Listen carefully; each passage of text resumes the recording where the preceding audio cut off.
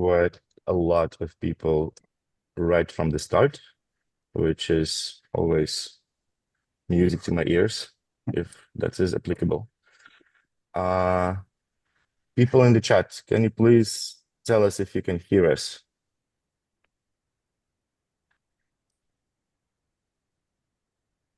Oh, yes, I think they can. Fantastic. Without further ado, today we have a rather stellar cast, not two, but three representatives of three rather important projects. First, Gonka, then HackerOne, and of course, Bitfury. And I believe that we don't need to waste even time to introduce them, but I would just rather focus on the format of the session, meaning that I would be speaking from the side of Gonka and asking rather high-level questions. And after reflecting, our guests will be given to Sergei, who will reflect on what the community needs from the actual program and how the topic can actually help the community to grow. Yeah, I promise to keep it simple. At least one of us. So thank you very much that you're here. As I wanted to start from the new guests, Laurie, would you like to say several words about yourself, Yeah. despite the fact that you were already introduced in the Discord? Yes, I will. I'll just introduce myself very briefly. So I'm Laurie, based in London. I've been working with HackerOne for the past 9 years, implementing bug bounty and vulnerability disclosure programs across all of Europe and Asia, across Web3, Web2, every single national governments, open source projects, you name it. I'm really here to help everybody understand what a bug bounty is, how it works, and answer any questions about how this is going to go forward. Well, I actually have several questions because honestly, I am very happy to see such a high-profile person from your project because you have a very high level of expertise in this field. And well, first of all, what makes the good bug reports, and which kind of mistakes you would rather ask the beginners to avoid, especially if they're just starting in introducing themselves to HackerOne? Yeah, so I think so we process every year about 80,000 valid vulnerability reports, right? But we actually receive about 500,000, right? So what does that mean? That means that means 420,000 no's, right? Um, and so really, I think that the key to writing a good report is number one, doing good research up front that's verifiable, right? Verifiable by whoever's going to receive it, right? Which would normally be an analyst who's performing triage, what we call triage.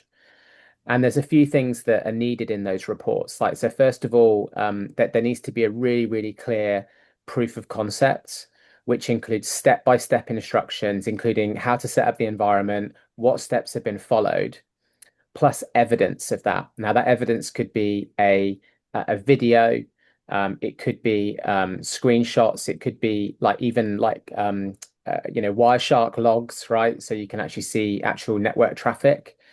So that when someone gets it's really easy for them to verify that information and make sure that it can confirm exploitability. And another really common pitfall is like the security impact question, which means that there has to be an impact, right? So it can't be a theoretical vulnerability. So a lot of the vulnerabilities we reject are theoretical vulnerabilities, like maybe there's an insecure encryption library being used somewhere, or maybe there's some kind of configuration setting. That's fine, but you need to demonstrate what you can do with it. It has to have demonstrable security impact in order for it to be accepted by a customer.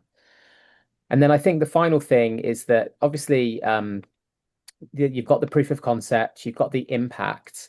I think also we've all got to recognize that sometimes there's going to be to and fro, right? There's going to be questions like, I'm trying to reproduce this, I'm unable to, or can you explain exactly like what step you did here? And so just being on hand to answer those questions afterwards and not just assuming it's a fire and forget kind of model. This is fundamentally a collaborative model where security teams and security researchers work together to understand and fix these issues. So I would say proof of concept, evidence, and then a collaborative mindset, that they're the three things that really contribute to a really positive partnership in this business. Thank you for this answer. It's really good, but before we go further, I would like to start from beginning. And community wants to know how does this program work? Yeah, and Yeah. yeah, okay, great. Yeah, really simple. So basically, the core concept of a bug bounty program is that we have like what we call a security page, right? And on that security page, you've got three things. You've got number one, you've got a technical scope, right? And that technical scope is the digital assets that we would like tested, right? That we would like to collaborate with the security research community on securing, on discovering unknown vulnerabilities, right? The second thing is there's a kind of a rules section, and the rules section contains like, okay, here's like why we're doing this, here's what we're looking for, right? That includes like positive examples, like we would like to find details of security vulnerabilities that we might be vulnerable to, that our users might be vulnerable to. It includes process, like what happens after you submit the report, right? How we're going to evaluate it, what steps we're going to take to verify this. And then it also includes the final part, which is the rewards, right? Which is a monetary amount of money that you could earn. We call it a bounty. Governments like to call it vulnerability rewards. It sounds more official. And so you have the scope, you have the rules, and you have the rewards. And these three things together make a bug bounty program, basically. Okay, Now, uh-huh. yeah. Now, aside from that, there's different ways you can run this, right? So there's like there's limited scope versus open scope.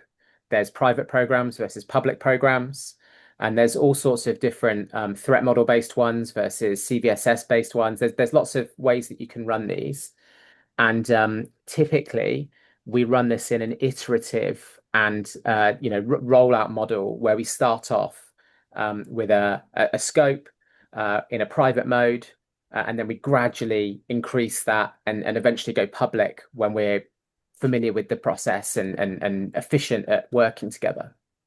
Okay, and what is the best way for security researchers to start right now?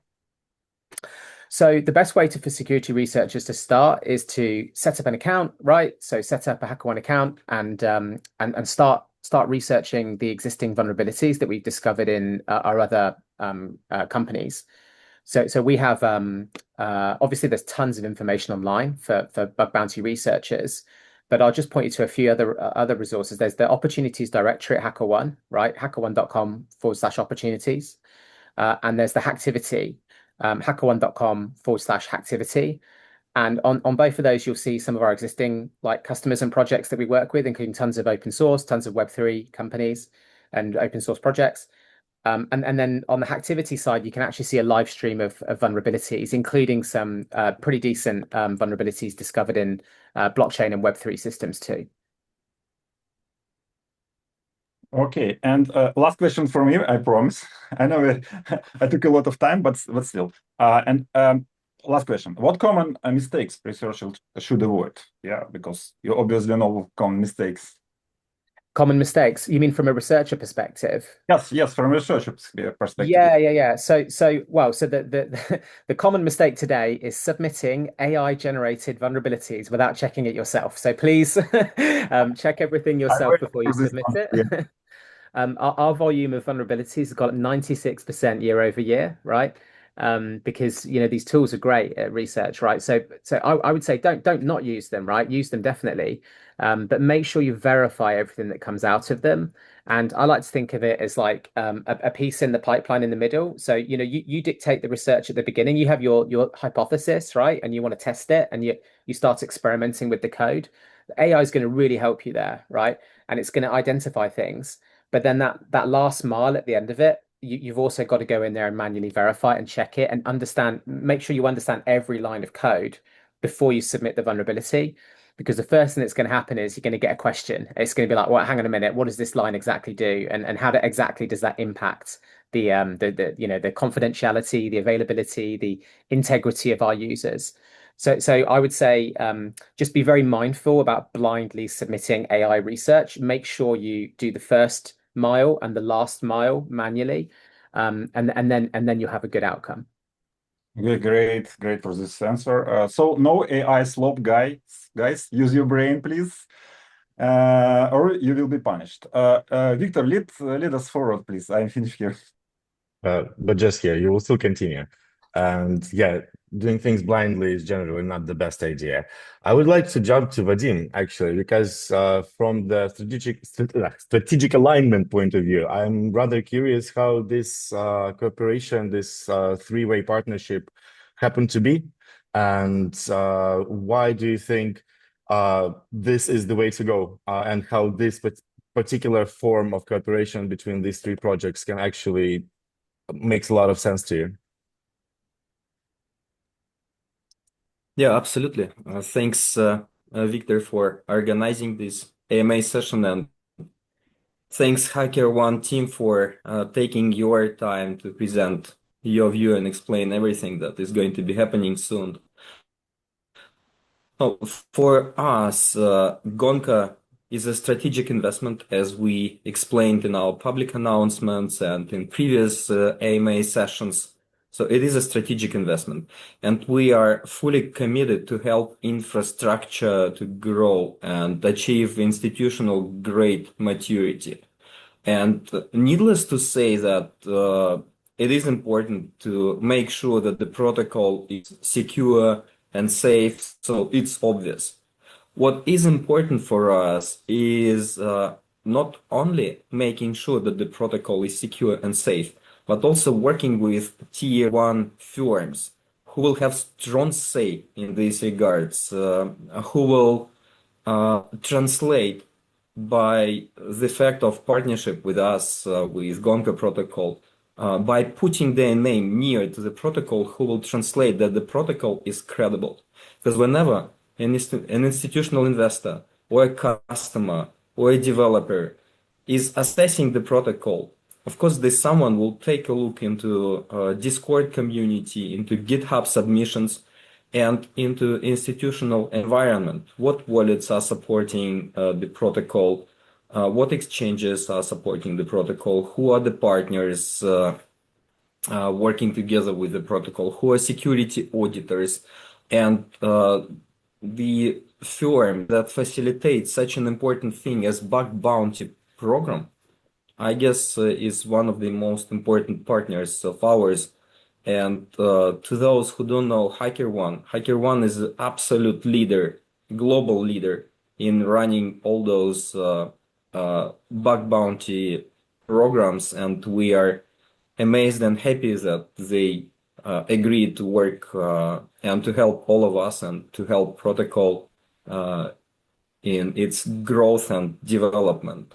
And the way how we structured partnership, like we explained during one of our previous AMA sessions, many firms, especially well-established firms, would prefer to have a counterparty to deal with. And there is no chance that HackerOne would sign agreement via smart contract with the protocol. So they needed a reliable counterparty. And it was just logical that Bitfury, as a strategic supporting partner, and would act as a counterparty, helping to structure agreements in the right way. So HackerOne signed agreement with Bitfury, and Bitfury is acting as a counterparty, as a billing partner. However, we are not intervening into what HackerOne is going to be doing. So it's going to be their expertise, their professionalism, their experience. We will act like a facilitator of the agreement, I would say. So this is how the partnership is structured.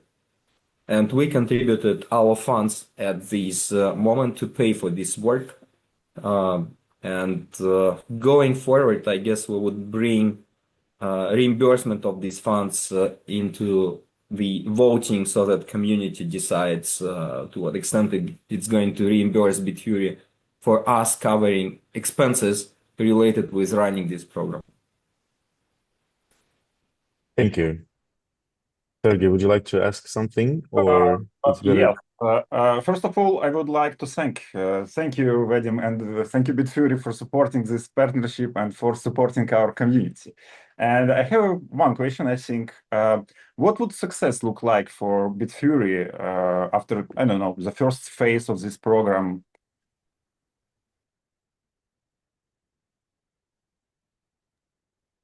Oh, I'm sorry. I think we lose Vadim. Oh, yeah. No. I was just trying to unmute myself.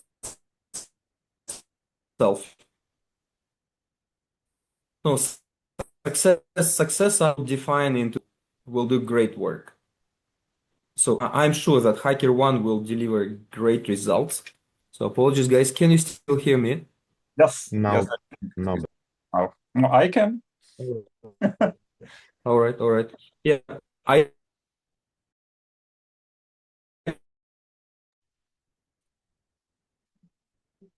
told.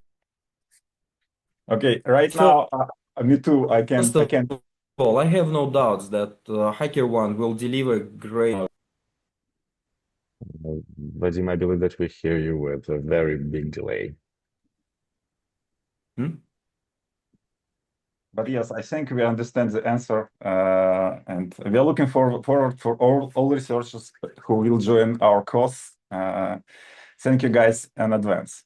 And okay, Victor, I would like to, jump further to last but not least, David. Hi, David. I hope that you're still with us.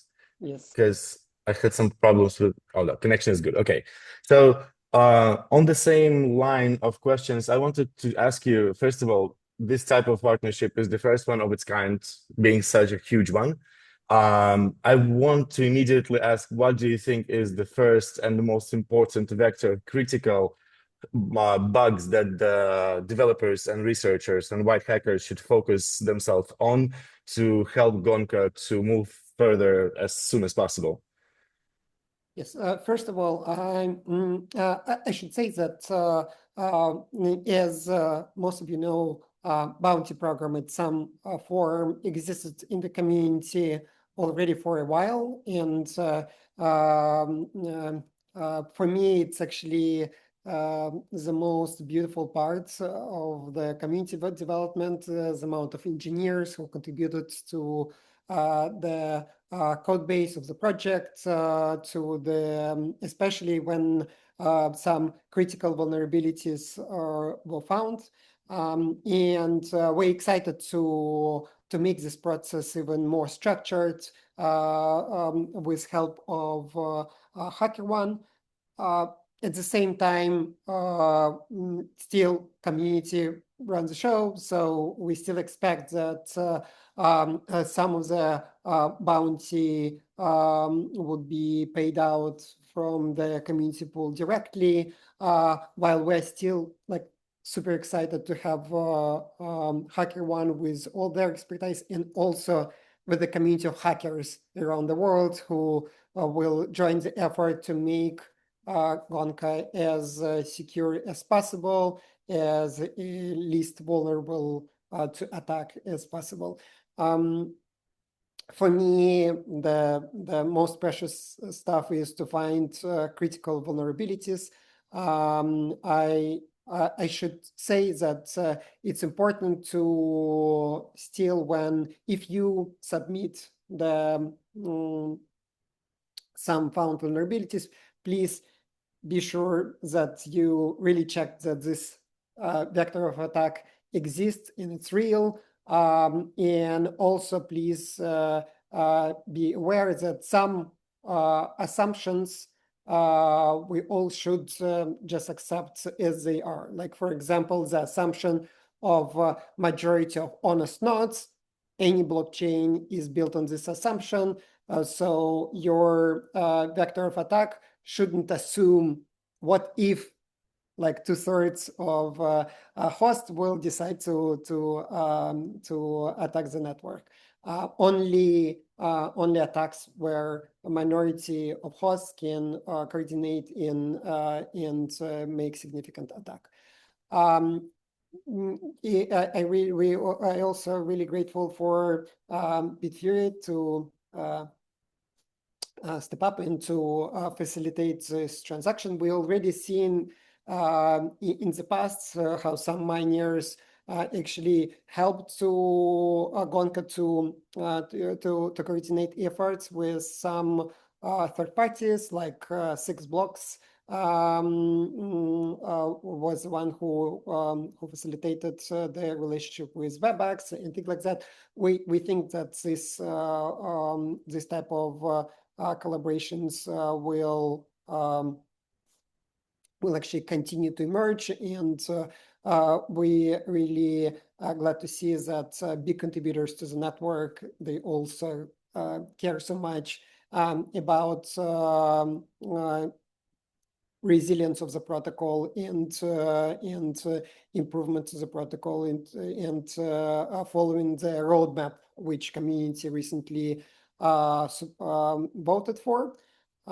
So that's I'm generally quite excited about that. Looking already at some of the submissions which already were done through HackerOne, and really hopeful to see more and to ensure the security of the network. Great. I have some follow-up question. Let's start from, I know it's obvious and broad question, but still I need to ask it. How will this program help hosts and inference users? From host perspectives, we all saw the results of some vulnerabilities in the code base which are found too late. When the attacks are possible, we saw in the past that some hosts they lose the rewards. And we all know that the equipment which community connects to the network is quite expensive equipment. Any attack can be quite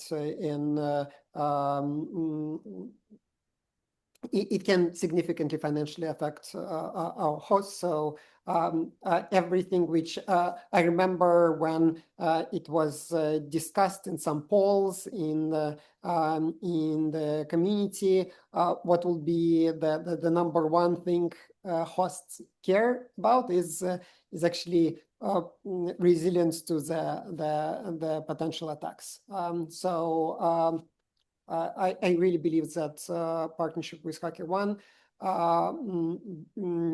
give us the opportunity to make the code even better from this perspective. And for inference is similar. I think that what any developer who uses the network right now or will use in the future, the stability of the API is crucial. So if you want to use the API in production, for sure, you want to be sure that the uptime is high and that nothing can significantly affect the work of inference API. So I think that it's the same for both sides.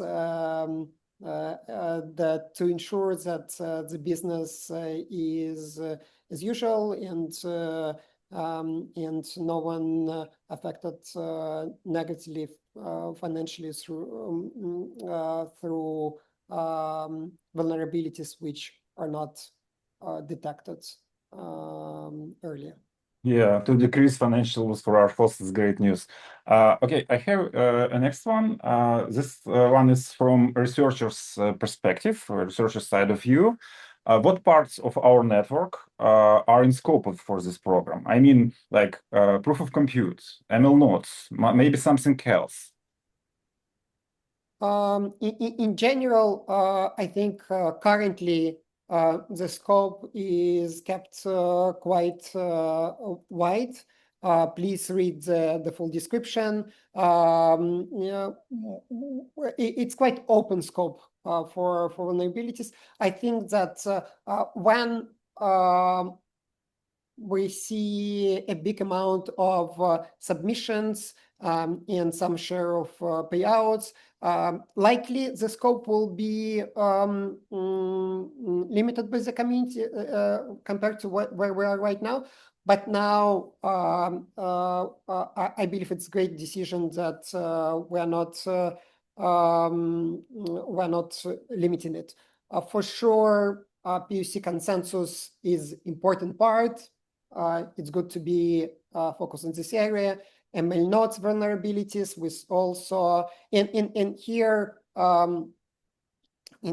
like especially when some vulnerability can allow attacker to reboot the to crash ML node.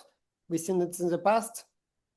Hosts can be affected quite significantly by this type of actions. So ML nodes for sure are important parts where you can be focused. Or dev shards is this recent change which allowed us to scale the inference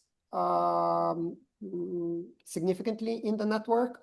And last but not the least is Ethereum breach. Anyone who is in the industry of blockchains knows that breaches are usually the most vulnerable for most of the projects. I think that most of the blockchains at some moment their breaches were compromised and money was stolen. So here we are really trying to make significant effort to make sure that the breach is safe. Certic audit firm recently published their audit, and also we hope that another audit with Trial of Bits, really reputable security audit firm, will be conducted around the Ethereum breach. But we also hope that the community will look carefully through the code base of the breach, and would really be great to see submissions on this subject. But still, if you look at other parts of the code base, still please please do that. What's important, what is out of scope, is hacking of infrastructure of particular hosts. For sure, it's not part of still every host of the network understand that they need to secure their servers. It's especially important in blockchain because when money on stake, when attackers can actually earn from attacking other participants, there is the likelihood of attack is much higher than in usual projects. We personally, it's first project like that for us. We never seen so many attack attempts for our previous projects. But it is responsibility of the host to protect their servers from direct DDoS attacks. Only if it's related to the code base of Gonka and it affects all the hosts, not some particular host, this should be considered in scope. And also some deprecated components, such as, for example, on-chain inference, which is already not used, deprecated, only dev shard inference is used. So deprecated components, only if they still somehow affect the network. Otherwise, please don't submit reports about them. But still, in general, scope is quite open, and we don't want to limit, because if we have some vulnerabilities in some components which I haven't mentioned, it will be great to find them as well. Okay, great. Thank you for the great question. Pardon. And for a community, little memo. So please read the bug bounty program description, and please don't hack the host, especially me. And right now we have a good connection with Vadim. Victor, can I re-ask my question to Vadim, if it's possible? You go. Oh, yeah. Absolutely. So yeah, Vadim, this question for you. What would success look like for Bitfury after the first phase of the program? Yeah, guys, apologies for my connection. Is it better now? Can you hear me stable? Yeah, we can hear you. Okay. Yeah, just maybe to continue what David started to explain. So for me, I would define success in three layers. On operational level, because I would expect some high engagement and high number of submissions. So to me, it would show that there is an engagement from hacker side, from community members side, that they review codes, they are making some submissions, they are getting rewards. The fact that they are getting rewards obviously means that the submission was assessed and it was considered as valuable submission. That's the reason why they are getting rewards. So to me, this is an operational level. On tactical level, of course, it's like, you know, a good plumber. A good plumber is the one who you don't know about, right? So he does his work, and that's why your water system works. Similarly here, lack of major hacks or actually any noticeable hacks. That's the result on a tactical level, and it's going to be the result of all of ours. So it's not from HackerOne alone. Of course, it will show our cooperative result. HackerOne plus community plus Bitfury. Let's work all in cooperation. Let's review code. Let's get registered. Let's review. If you have anything to say, please feel free. Go to there. Right now we have institutional way to obtain your vote or you obtain your submission, and for you to get rewarded by and contributing in a right and ethical manner. And on a strategic level, again, I would get back to what I started with. So it's trust. That's the key measure from my side. It's trust. Because miners, they would not have enough competence to assess vulnerability of the protocol. How would they assess whether or not they shall join mining? And the same applies to all community members, developers, for example. First, by lack of major hacks, but lack of major hacks in the past does not guarantee anything in the future. And here comes trust. So if you work with tier 1 security auditors, if you work with tier 1 bug bounty program facilitators, it's just translates trust that the protocol, the community, and supporters takes this question seriously enough to engage a top-tier firm in the world. So trust from miners, trust from developers, this is the strategic measure from my side. So that would be my answer. Okay, great. Thank you. Great. I have two more questions, one for Laurie and one for David. Let's start from Laurie. This one came from like don't hack the hackers. So the question: how can researcher test safely and responsibly? So I would say, it's a good question. It really depends on it really depends on the system and like what the protocol that you're testing. So like the simple example would be when you're testing like a web application that's HTTP, for example. And then we would recommend that you put in a HTTP header that identifies you as a security researcher. So like HTTP agent header saying, you know, a security researcher, perhaps with your username handle, your identifier, basically. So obviously with like L2 and L1 networks, it's going to be slightly different, but some form of identification in your messages is always welcome, because then people can differentiate between the traffic, between legitimate traffic and test traffic. Then I think that when it comes to, we've been talking a lot about respecting the privacy of like tenants or of other users on the network. Like a really obvious way of getting around that is just to create your own test environment, right? So to create your own rig basically, and limit your testing to that to begin with. And then if you want to test it with someone else, then obviously just ask their permission, right? And work together, collaborate on that. So that's another way. And then finally, whenever we do, I mean, this happens all the time that we discover PII, like private information. This is kind of part of the goal of this, right? Is to try to work out how this could happen.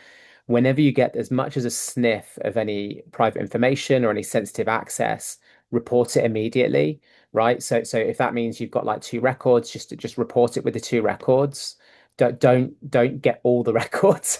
You just need enough to prove the impact, because that reduces the blast radius. It reduces your kind of exposure too, and it means that the testing can be demonstrably proved as like safe and responsible, because you've done just enough to be able to prove impact without causing a larger problem, basically.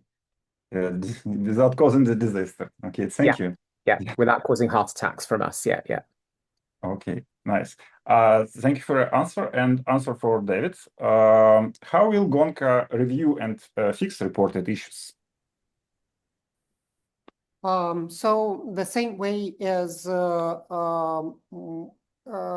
community programs exist right now, there are multiple contributors in the community who usually review PRs and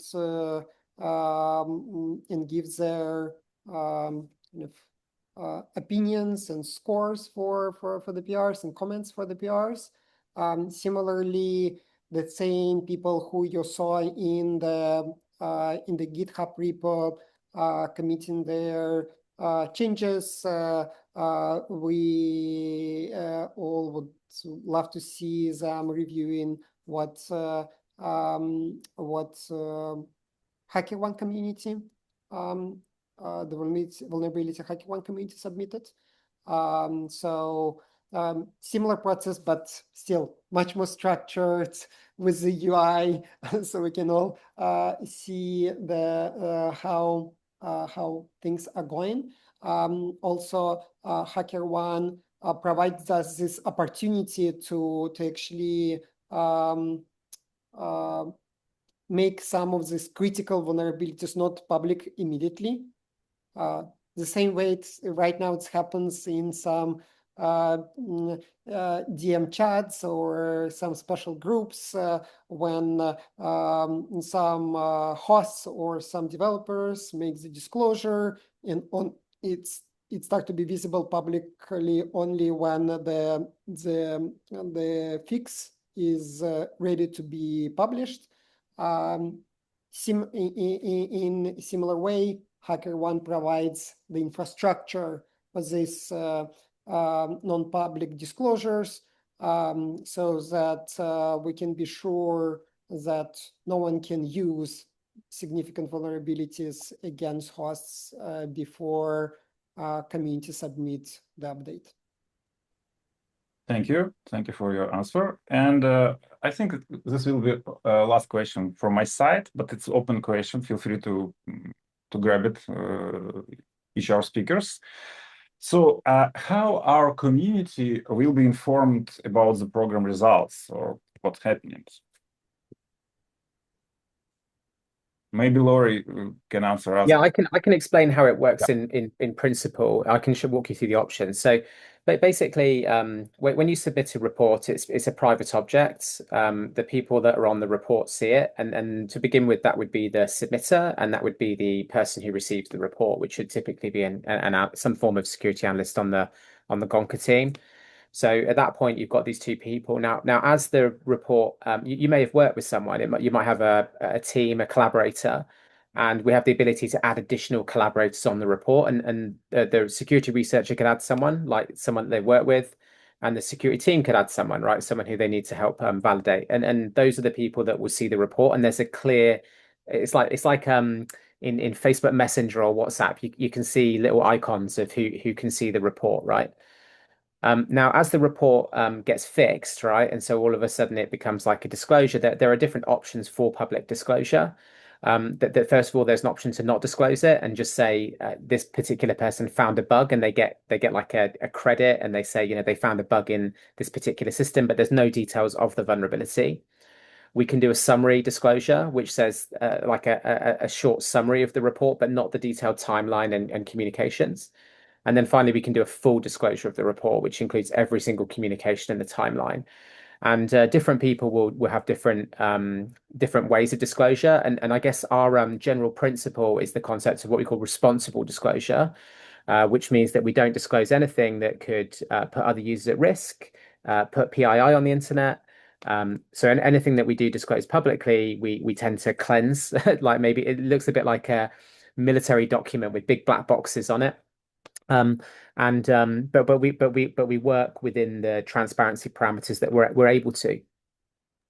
Okay, thank you. And one follow-up question from you, Laurie. How HackerOne platform helps establish accountability? I mean, yeah, from our side, from our network side, and also from researcher side. Yeah, so it's really important. So one of our values is acting with integrity, and one of the ways that shows up is that we provide audit trails, right? So you'll be able to see like response times, like how fast we're responding to incoming requests. There's a very clear timeline of actions and report statuses from like new to like validated to remediated, and status updates in between. And whenever anybody, there's no anonymity in the platform on either side, on the user side or on the project side, which means that every time someone makes a change to the state, so like say, for example, someone reports a bug that's a high, and actually after review it gets rated as a medium, or then the specific diff of the CVSS calculator, which is used to work this out, will be updated and published together with the accountability of who made that change and the justification for that change. So it's like a source code management solution. You can see who made what change where. And in that way, we keep ourselves accountable because there is accountability built into the platform. On that topic, I actually wanted to ask you, are we the first decentralized platform of yours? Because you have a huge cohort of global products and the enterprises with whom you're working. I believe that the pipeline here is slightly different. And I'm Yeah, like certain, I'm not certain, like who is easier to secure, the centralized one or the centralized one? like I was thinking about this before I came here today, because obviously we work with like Coinbase and OKX, we work with these big platform providers, right? But the thing is, like, the big difference for you is that your threat model is different because you want people to be in your network. And I was thinking about remote code execution. Your model is a remote code execution, right? So I think that you are a very special project in this area, which We is, are I the think, threat from within, yeah, like it makes in it some kind of super subtle way. interesting, super interesting. Yeah, and that's really exciting. I would say that you're definitely unique in a lot of these aspects in this model. Yeah. You hear that we're the first ones and we are unique. So I'm absolutely happy that I'm listening to this from the CEO, from the Laurie from HackerOne. And generally, I just wanted to move to the CEO of Bitfury, our Vadim, because he was silent for several minutes lately. Again, risk management. What is from your perspective, as a core partner and investor of this unity? What do you think are the biggest risks at this stage, and what you would think we should all focus on at this point to move the project further? To me, the biggest question mark right now is hackers' engagement. I'd really like to observe how active our community members are going to contribute, because I have no doubts that HackerOne, together with Gonka team, will make everything possible to assess submissions timely, to take whatever remediation actions are required. So I have no doubts in that. But to me, the main indicator right now is community engagement, how active our contributors are going to be, reviewing codes and submitting their ideas with regards to security improvement probably it comes down to us making or getting more active on PR side, advertising this program, explaining how to submit, how to get registered, promoting the advantages of being participant of the program. So that's the key thing. I really want this program to make some, as I like to say, good noise among community that it's working, it's real. You may make some good money instead of being a volunteers. You can get rewarded in a fair manner for your contributions. So it's a fair deal. So let's make sure that everyone who is capable of doing such things is engaged. Thank you. I don't And see boundaries. Yeah. I agree with you, honestly. And just to expand on that and to speak about a rather important part, because doing this job and actually finding the vulnerabilities and reporting them correctly is one thing, but the awards for those vulnerabilities are also very important, and the transparent way of reporting them and the payouts around those vulnerabilities is also very essential for the community's deep and restful sleep. So I wanted to ask David, actually, how does he think the Gonka approach will be to provide this transparent reporting around the payouts and resolve vulnerabilities? Because we already have something like this on the server, but I'm always happy to expand it into the bigger format. What do you think?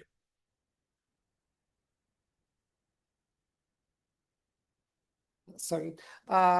First of all, I'm really glad that we bring in professionals who know the best of how properly to roll out this type of programs and how properly to make it transparent. As Laurie mentioned, the transparency is a big part of this of their process, but as well they have stages. Like for example, first stage, HackerOne invited their selected hackers, and then it will be rolled out more and more. And here, every time when someone asks me what I believe should be the best way to do that, I actually quite open to say I would want to rely on HackerOne experience, and I hope our community also can rely on HackerOne experience from this perspective.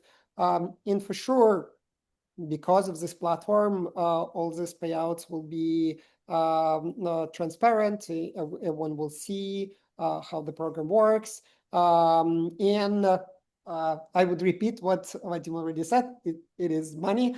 So everyone who participates can actually not only to contribute to the better state of the protocol, but as well be rewarded. And there are different kind of buckets and types of rewards, like for low severity bugs, medium, high, and critical. And still, we already had something like that before in the community, but it was always less formal. And I clearly see that for people who contribute, they want to have some formal process in place, so that they want to be ensured that if they found a bug and if they were first one, they will be rewarded, and that if they're not the first one, that there is a transparent process of who was the first one who get the reward and things like that.